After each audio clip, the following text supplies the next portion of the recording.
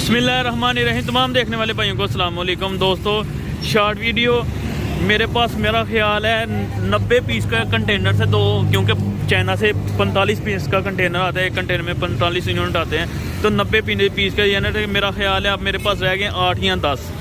तो ये चीज़ अब आगे से ख़त्म हो जाएगी, फिर पता नहीं 15 दिन बाद आती है, 20 दिन बाद आती है। थोड़ा सा रह गया ये, यानी 5 व्हीलर है, डबल जेसी वाला जंक्शन का इंजन, पानी वाली बोतल लगी होगी, इंपोर्टर रेडिएटर, इंपोर्टर शाख, बड़ी टैंकी 24 लीटर वाली बड़ी पार्टी लगी हुई है, सीट वगैरह लगी हुई है।